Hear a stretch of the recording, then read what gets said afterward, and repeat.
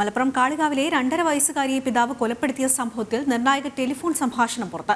കൊല നടത്തിയത് ക്രൂരമായെന്ന് വെളിവാക്കുന്ന ശബ്ദരേഖയാണ് പുറത്തുവന്നത്.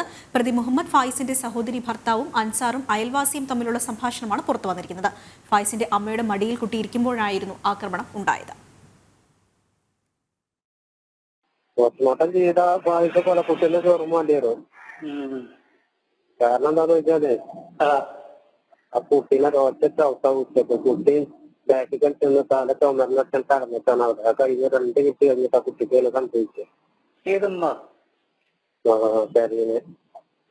രാവിലെ സംഭവിക്കുന്നതിന് മുമ്പ് ചവിട്ടിയില്ലേ? അതിലെന്തെങ്കിലും പറ്റിയതാണ് കുട്ടിക്ക്. അപ്പൊ പോലീസുകാര് മൊഴി കൊടുത്തതെല്ലാം വന്നിരുന്നു. ഞാൻ അപ്പൊ അതിന് പോയിക്കൊണ്ടിരിക്ക സ്റ്റേഷനിലേക്ക്. ഞാൻ എന്താ അവിടെ പറയുന്ന പറഞ്ഞ ഞാനും കുടുങ്ങും. പോസ്റ്റ്മോർട്ടം ചെയ്ത് സത്യം കഴിഞ്ഞാൽ 2 പ്രാവശ്യം ആലോചിച്ചോ? അല്ല ഇച്ചു പൊതുവെ പറയാനൊന്നും ഇപ്പൊ പറ്റൂല. അതെന്തായാലും പോസ്റ്റ്മോർട്ടം ചെയ്ത് കഴിഞ്ഞാൽ ഓല് എന്തെങ്കിലും ഒരു തച്ചതോ മുറുക്കിയതോ ഉണ്ടെങ്കിൽ എന്തായാലും അറിയും.